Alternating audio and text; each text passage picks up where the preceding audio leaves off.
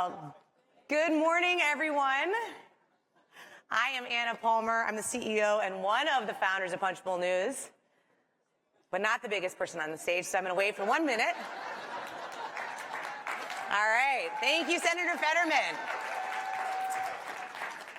So as I mentioned, I'm Anna Palmer. I'm the CEO and one of the founders of Punchbowl News. Great to be back here with you this morning. We had a really wonderful conversation, and I think, as I said yesterday, being a small business owner myself, we love our partnership with Goldman Sachs 10,000 Small Business Voices. This morning, I'm here to moderate a fireside chat with Goldman Sachs Chairman and CEO David Solomon and Kari Parker, co-founder of Connie's Chicken and Waffles, right from Baltimore. If you have not had it, I encourage you to check it out. After my conversation with David and Kari, I'm going to be joined on stage again by Punchbowl News senior congressional reporter Andrew Desiderio for a pop-up conversation with Senator Ben Ray Lujan, the Democratic senator from New Mexico. We're going to be talking news of the day, more shutdown talk, small business, as well as artificial intelligence, which we got into a little bit yesterday as well.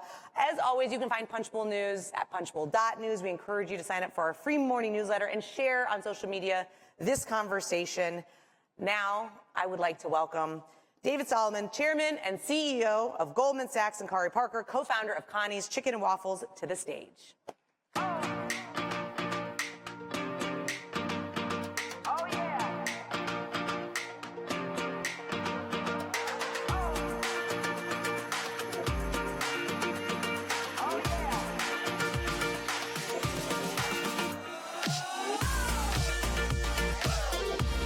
Yesterday that the walk-on music here is better than anything I've ever experienced. Pretty good. I don't do that every day. If only. I feel like I might get out of bed even faster. David, let's start with you. This is the largest gathering of small business owners in the U.S. that you've brought together here in Washington so they can make the case to lawmakers to be supportive of pro-growth policies. We're in the middle of now a month-long shutdown. Punchbowl News has been covering every twist and turn, but small businesses are open for business. Washington isn't. Why is it so important for these small businesses to be here, getting their message out on the Capitol? Well, we're super proud of this program over 15 years and the 17,000 businesses that have been through it. And to have 2,000 businesses down here, they deserve a seat at the table. They deserve to have their voices heard, on the Hill around policy. And this is a great opportunity, to have those discussions and to let that voice be heard. It's hugely unfortunate that we have shutdowns, in the United States. I hope we can get to a place where we have a budget and we have an agreement. The government gets open very, very quickly. It's not good. It's not good for business. It's not good for the country. And as it lingers, it also has an impact on growth. And I know that small business owners are concerned about that. I hear from them directly. They're concerned about that because that affects consumer behavior, consumer spending, consumer sentiment. And so hopefully we'll get to a good resolution shortly. We hope so. Kari, you are the co-founder of Connie's Chicken and Waffles. Tell us a little bit about your entrepreneur journey, how it got started, and where things are going today. Absolutely. Thanks, Anna. So I'll tell you, my name is Kari Parker. I'm co-founder of Connie's Chicken and Waffles. We're a Baltimore-based business, started in 2016. Interestingly enough, I started a business with my brother, named it after our mom because she sold so much love. Fast forward to modern day, we have 3 locations within Baltimore. We're kind of finding our product market fit within universities. We have a new university contract at Johns Hopkins. We also do pop-ups at Towson. So it's been a fun journey. I love it. Well, we've actually shared the stage before, so it's good to be here again. Why are you here at the summit, and what are you hoping to get out of it? Well, first, of course, to see all my fellow alum. That's the biggest thing, right? So happy to be here for all that Goldman's has done for us. But more succinctly, we're flying in to meet with policymakers. As I mentioned, we're trying to go for expansion. So some big things for us is going to be access to capital, but more importantly, access to affordable capital. So we're meeting with Senator, I see some cheers, right? Senator Also Brooks is really big on that. I'm from Maryland, by the way. Senator Van Hollen's big on, cheers for that. Senator Van Hollen's really big on SBA. So that's another thing we're focused on as far as AI training, AI tooling, AI enablement. The future, obviously, right? And then Congressman Kweisi Mfume, he's really big on government contracting. We're not quite into government contracting yet, but I know a lot of our colleagues here are. So very excited to have our meetings and see what we can get done. All right. Well, let's dig a little bit deeper on artificial intelligence, David. It's one of the key topics right now in Washington. Goldman Sachs 10,000 Small Business Voices recently surveyed, as you often do, the small business owners and found that, I thought these statistics were really important. 94% of small businesses are using AI and saying that those that are having a positive impact on their business. Other key stats, 85% cited increased efficiency and productivity. Even among those using it, 45% cite a lack of technical expertise. How do you help ensure that businesses can utilize and fully harness AI, but also have that training, the confidence to kind of implement these tools? Absolutely. These tools are hugely powerful. They make people they help people be more productive. And for small business owners, that productivity gain is super important. I'm really encouraged by the survey data in terms of the fact that people are trying. Yeah. They're trying to use these tools. They're finding early success in using these tools. But this is one of the great things about our 10,000 Small Business Program over the course of the last 15 years. As the world changes and as there are different needs, we can adjust the program to provide training, to provide research, to provide tools and resources that can help our small business owners accelerate into this AI world. The benefits for all of us from a productivity standpoint are extraordinary, but this is going to take some time. It takes confidence. And so, we're continuing to find ways that we can use our resources to help small business owners have better access and accelerate their AI journeys. So, Cart, your business known for comfort food, chicken and waffles. Who doesn't love that? But you're also on the cutting edge of using technology. Tell us a bit about how you've integrated AI across your business. What's the biggest impact and lessons that you've learned so far that you can maybe share? Well, Anna, I'll tell you, just thinking about how we're using AI, let alone talking about it, gets me really excited. Specifically, I think, like a lot of other business owners, we started out kind of dabbling in AI. We started using menus, creating flyers, other little small marketing pieces. Gradually, as we dipped a little bit deeper into different LLM, large language models, my personal favorite is ChatGPT. My business partner, he likes Claude, but it's all personal preference. We found that we could do other things like augment our team. So for instance, training is a really big thing in small businesses, especially if you have high or frequent turnover. So what we've found is that we can actually leverage AI, maintain jobs, and use it to get better training. So I'll give you a specific example. In the restaurant business, anyone who's ever worked in a restaurant knows about deep fryers, and they know that if your fryer goes off, the pilot light goes off, it's hard to get lit again. So we train that the first time we have folks come out to work. But the problem is, let's say I'm off site or my business partner managers are off site and a new team member has to figure out how to do that. What we found is that by using LLMs such as ChatGPT, we can instruct them, hey, prompt the LLM and say, I need to figure out how to safely light the pilot light for this fryer. It saves us so many cycles, so it's just amazing. But then it gets even deeper than that, right? So now we're figuring out ways to actually do data analysis. So what I mean by that is restaurant owners, if you haven't done this yet, I highly recommend you take your invoices, you take your inventory, push it into your favorite LLM, and the output is going to come and say, hey, you have this many products that will run out at this time. So in other words, it allows for rescheduling, scheduling, and restocking of items very easily by analyzing the data that you input. So that's just a scratch on the surface of the way we're using AI nowadays. But I can tell you it's definitely helping us to be way more productive, way more efficient, and our return on investment is amazing. I think I had an interview as part of us being in town, and they mentioned, what's your return? I said, we probably pay $20 a month for our LLM. I couldn't quantify the return because literally we're saving thousands upon thousands of dollars. So I think AI is here to stay, and we're loving it. That's really impressive. And just the concrete impact that it's having on the business, right? Not just kind of forecasting, but really, truly making faster, smarter decisions at the business level. David, I want to step back. This year marks 15 years of Goldman Sachs 10,000 Small Businesses. The impact has been large. We've been around the country together in urban cities, in rural environments. 17,000 entrepreneurs across all 50 states have participated. Look back for us a little bit. When you think about the impact of the program, what stands out to you most? Well, when you look at the impact's remarkable. And the 10,000 small business graduates employ well over 300,000 people. They have $30 billion a year of economic impact, of revenue, that contributes to GDP. But we had a great thesis 15 years ago that if we helped small businesses with some basic business education that would help them invest and grow, that you would see performance in those businesses that took the time to invest, in their learning and their business skills, you'd see faster growth, more job creation, and a better contribution. And the data has proved it out, time and time again. And while we thought that this would be a good program and it would have success, it's been so much more successful. And the positive benefits in communities, for businesses, for families, through the investment that all these entrepreneurs have made is really extraordinary. And it's one of the great things about the United States. People are willing to take risk. They're willing to take chances. They're willing to fail and then bounce back up and try again. And that entrepreneurial spirit is alive and well in the United States. It's one of the things that makes America the greatest nation in the world. I travel constantly around the world. You don't see this in other places the way you see it here. And, we feel just, very proud of the commitment to this, and we're very committed to continue to grow it.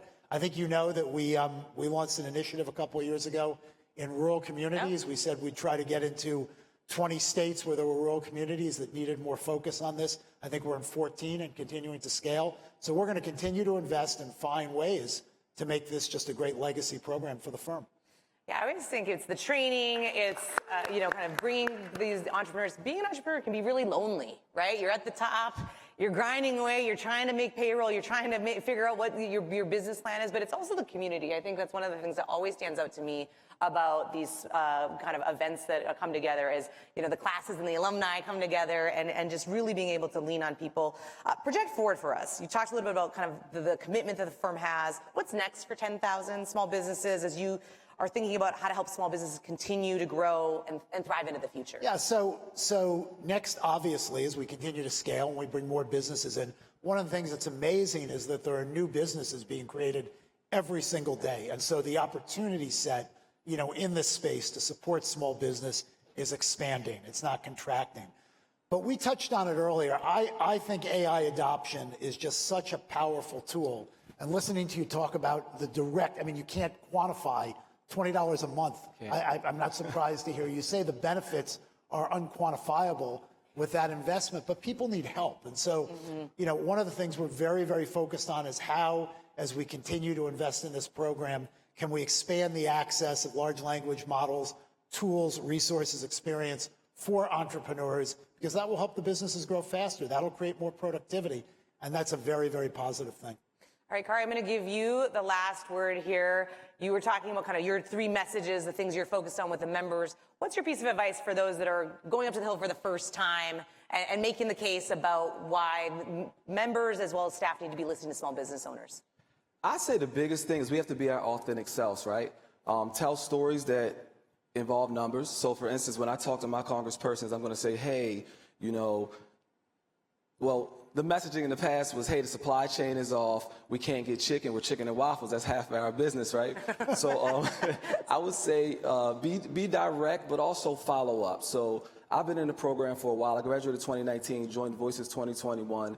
And I'll admit, I think one of my biggest failures was not following up as much as I could have. I felt like the conversation was almost a one and done, but we're building relationships here. So the idea is that when you talk to your congresspersons, they want to talk to you, they want to meet you, because a lot of times they may just talk to their staffers. They need to hear what we have to tell them because we are the bedrock of our community. So I say let's be open, transparent, let's talk. Let's also set up a time to say, hey, if you're available, maybe you could come out and do a site visit to my store. We've had elected officials come by our store several times, and it's mutually beneficial. And they also enjoy touching the community and their constituents. So that's the biggest thing I would say.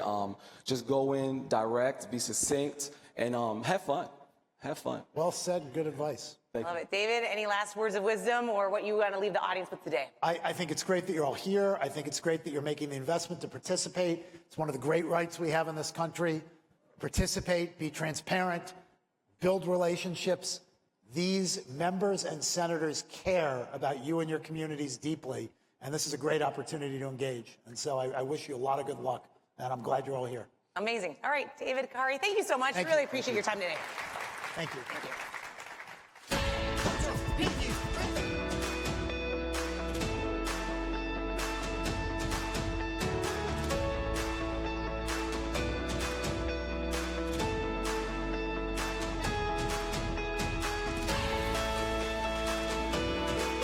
All right. Now I'd like to welcome Andrew Desiderio, senior congressional reporter at Punchbowl News, and Senator Ben Ray Lujan, the Democrat from New Mexico, to the stage for a pop-up conversation. All right. Hey, sir. So good to see you. Thank you so much. I'll have you over here.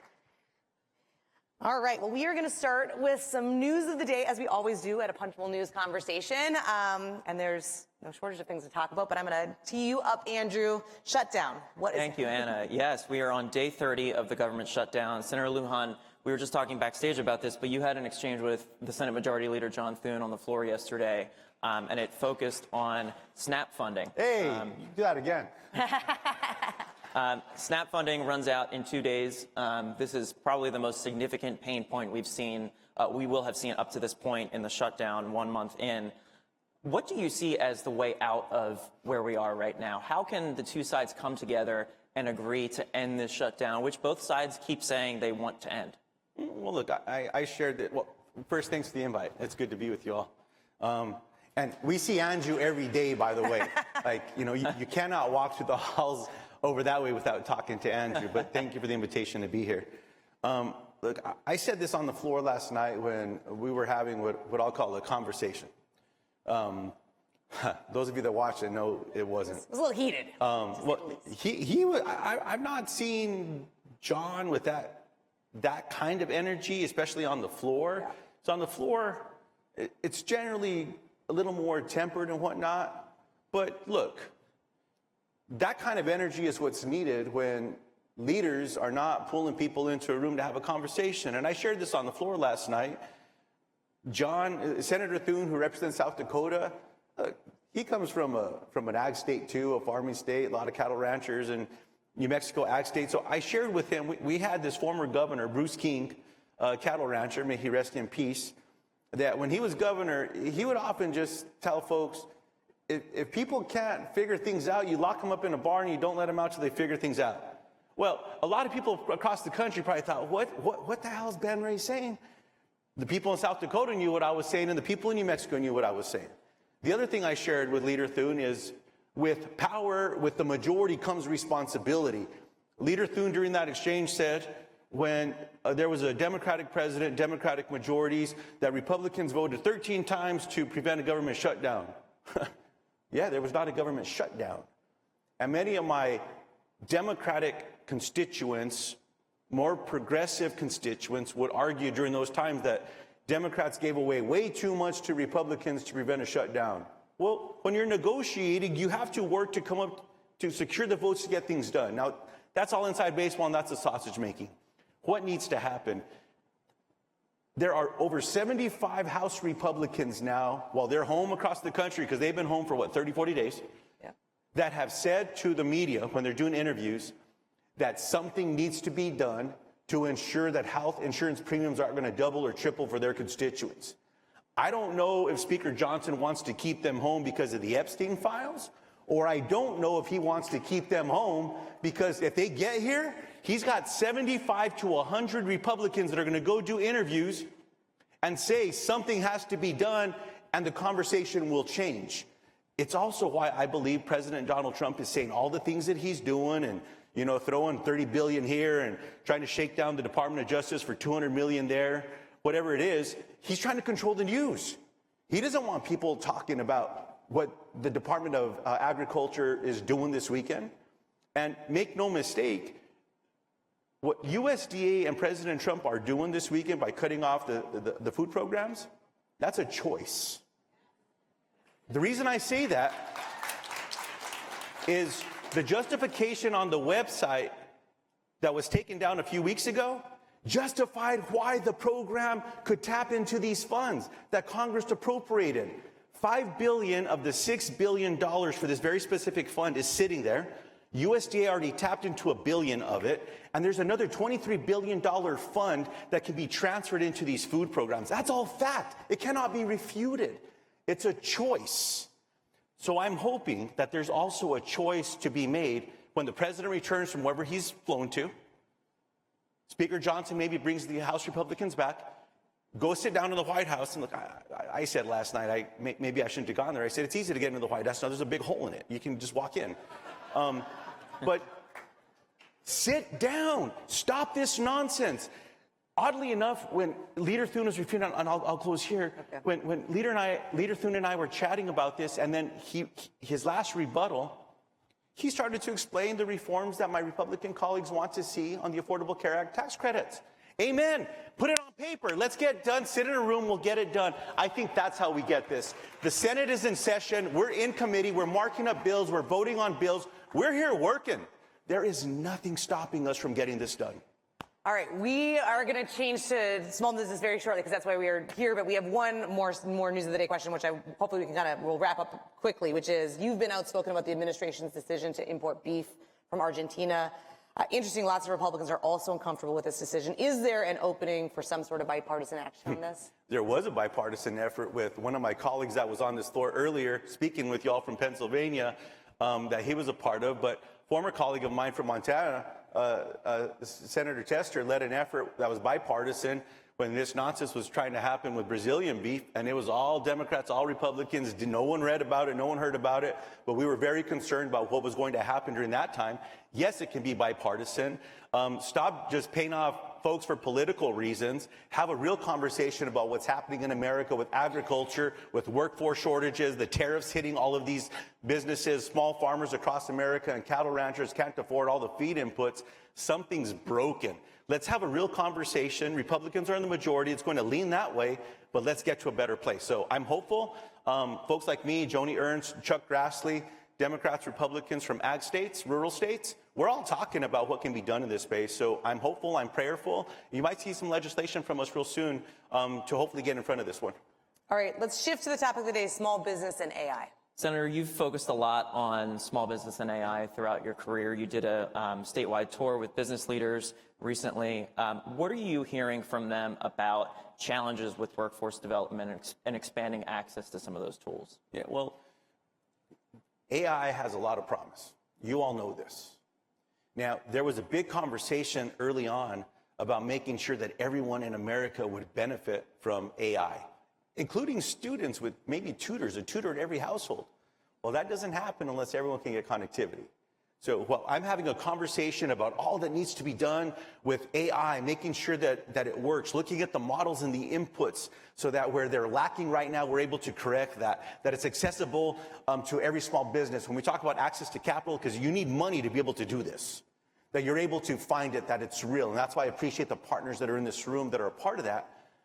But in a state like New Mexico, a rural state, we need to make sure everyone can connect, that every small business in the most rural parts of America are going to have the same opportunities as those of you that live in the biggest cities in the country. I'm hoping that we can achieve both together and then we can make this a reality.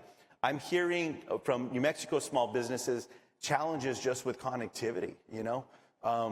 In New Mexico, we still have conversations about dial-up.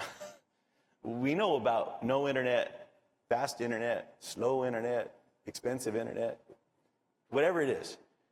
We need to make this a reality. And the last thing that I'll say is the small businesses in New Mexico that work directly with the Department of Energy, National Nuclear Safety Administration laboratory at Los Alamos, they're playing right now with some of the advanced AI tools and these models right now.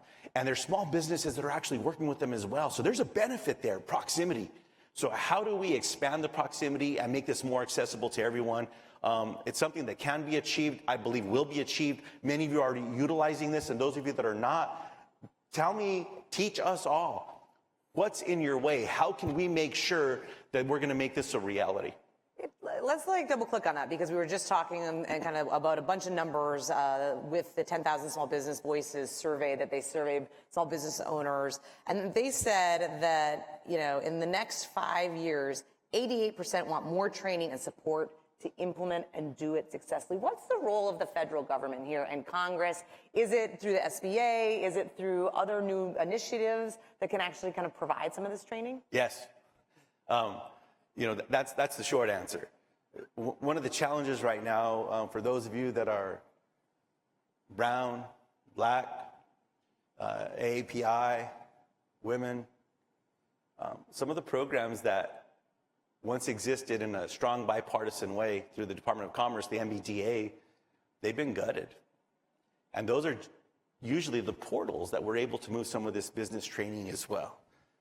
Institutions across America, some institutions across America, namely HBCUs, MSIs, Hispanic Serving Institutions, Native American institutions, which are also portals, not because of DEI, I mean, that's not a bad thing with me, but because of the population. It turns out there's a majority of the population that lives in proximity to these schools or attends these schools. They should be penalized, but then that's also making it harder to be able to get to these programs.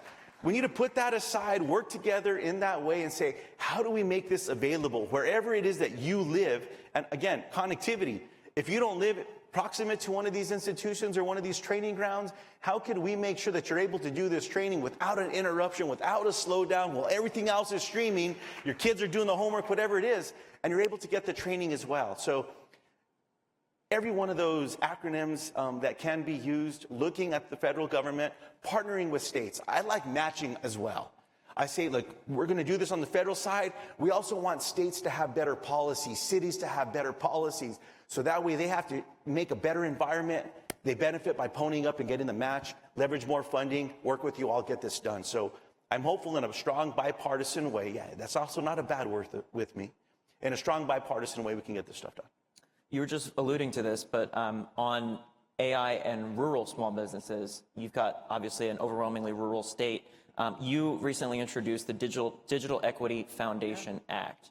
Can you talk about how that fits into what you were just talking about, this idea of making sure that these small businesses in rural parts of your state and rural parts across the country have access to those same tools? Yeah, look, DEI it isn't just because of the color of our skin, it's sometimes where we live. There's parts of the country that are often left out as well. And so the whole idea of this legislation carries off some success that has been created with other federal agencies, where it's public-private, looking at what you can do to bring everyone together through creating this foundation model that currently exists at the National Institutes of Health.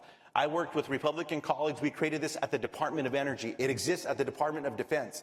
Public-private partnerships, looking at the need, coming up with the ideas, making sure that the policy keeps up with the philanthropy, get this done, bring it together. It used to be a bipartisan idea. Now people are worried about anything that even reflects that you're reaching out to a community under the guise of diversity or inclusion, or tell me the word to use. We'll rename it. Come up with the word if we need to. But let's make sure that people across America are not left out. That's the basis of this legislation. You are also co-chair of the Senate National Labs Caucus. Yeah. How do you see the National Laboratory System playing a part when it comes to AI and emerging technologies? Are there things that are happening there that maybe small businesses could be thinking about or trying to take advantage of? Yeah. Look, as I shared earlier, Los Alamos National Laboratory, which I live close to, I represent in New Mexico, also Sandia National Laboratory, is just one of the national labs that is currently working with founders of different models. Chicago, I mean, lab after lab is now working in this place. So we have the smartest in America on the government side, working in these models, using the most advanced mathematical equations to challenge these models, and they're getting responses in seconds sometimes rather than years. Small businesses are working directly with them. I believe that national labs and those engineers, those physicists, those mathematicians at the national labs have a role to play in this space. And I would argue that through the national labs at the Department of Energy, they should be part of the basis for the guardrails that we're looking to create in the United States of America as well. So working with NIST, working with a few others, but I believe that there is a front and center way to get this done. And by the way, the National Lab Caucus is all bipartisan. I worked with Chuck Fleischman in the House. He's now the chair of the subcommittee on appropriations that funds all of these initiatives. We worked on this together. We brought it to the Senate now, a strong group. And so it's one of the few areas I would argue now that is one of those strong bipartisan, under the radar, wonky conversations. And as long as we keep it geeky and wonky, people don't want to play in it, man. So we just need to make sure that we're doing this for the good of the American people and the good of the country. But I believe there's a big role. Senator, there are more than 2,200 small businesses here. They're going to be heading up to the Hill, talking about all the things we've been talking about today, in addition to access to capital, recruitment and retention of skilled workers, all of that. What can Congress do to create a policy environment that helps these small businesses flourish in those areas? And what's your advice to them as they head up to the Hill? Congress needs to listen. You all know the challenges. Look, passing a piece of legislation is hard. It takes time sometimes. But sitting down and listening, working through rulemaking, things of that nature, that's not challenging. And so be honest with your members. Get to know them. Get to know their staff. Really get to know the staff, because they're the ones that are doing this incredible work. And look, I'm comfortable saying that I'm not the smartest guy in the room. But my team, I'll put them up against anyone. My team will run circles around any other office in America. They are brilliant. And they're here because they care and they want to do things. And so if you have ideas, share those ideas. Whatever those challenges are, share those challenges. But keep the conversation alive. Don't think one conversation, one mention is going to solve the issue. Stay town halls. I often tell my constituents, look, after church is okay. During church, give me a little space.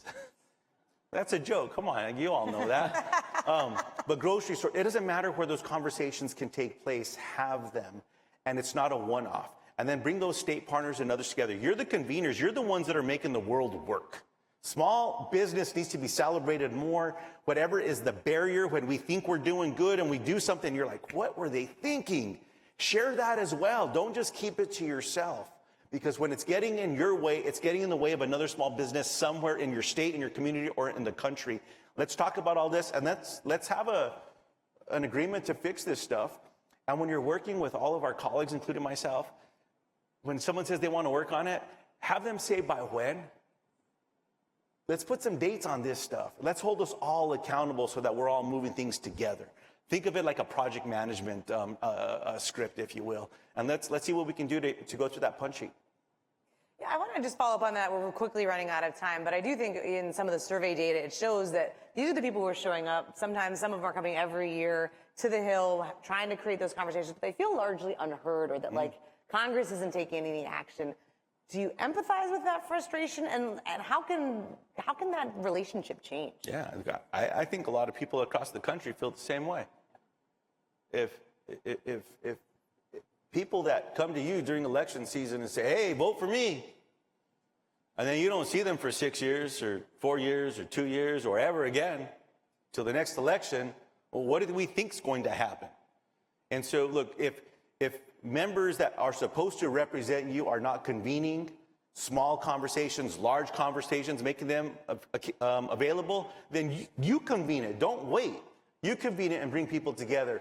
And if your representative or your senator doesn't want to show, invite someone else. Because once they show, your member's going to want to show. There's a way to hold people accountable and just make these conversations work. Don't get discouraged. The last thing I want to see in the country is when we say, those folks are all the same.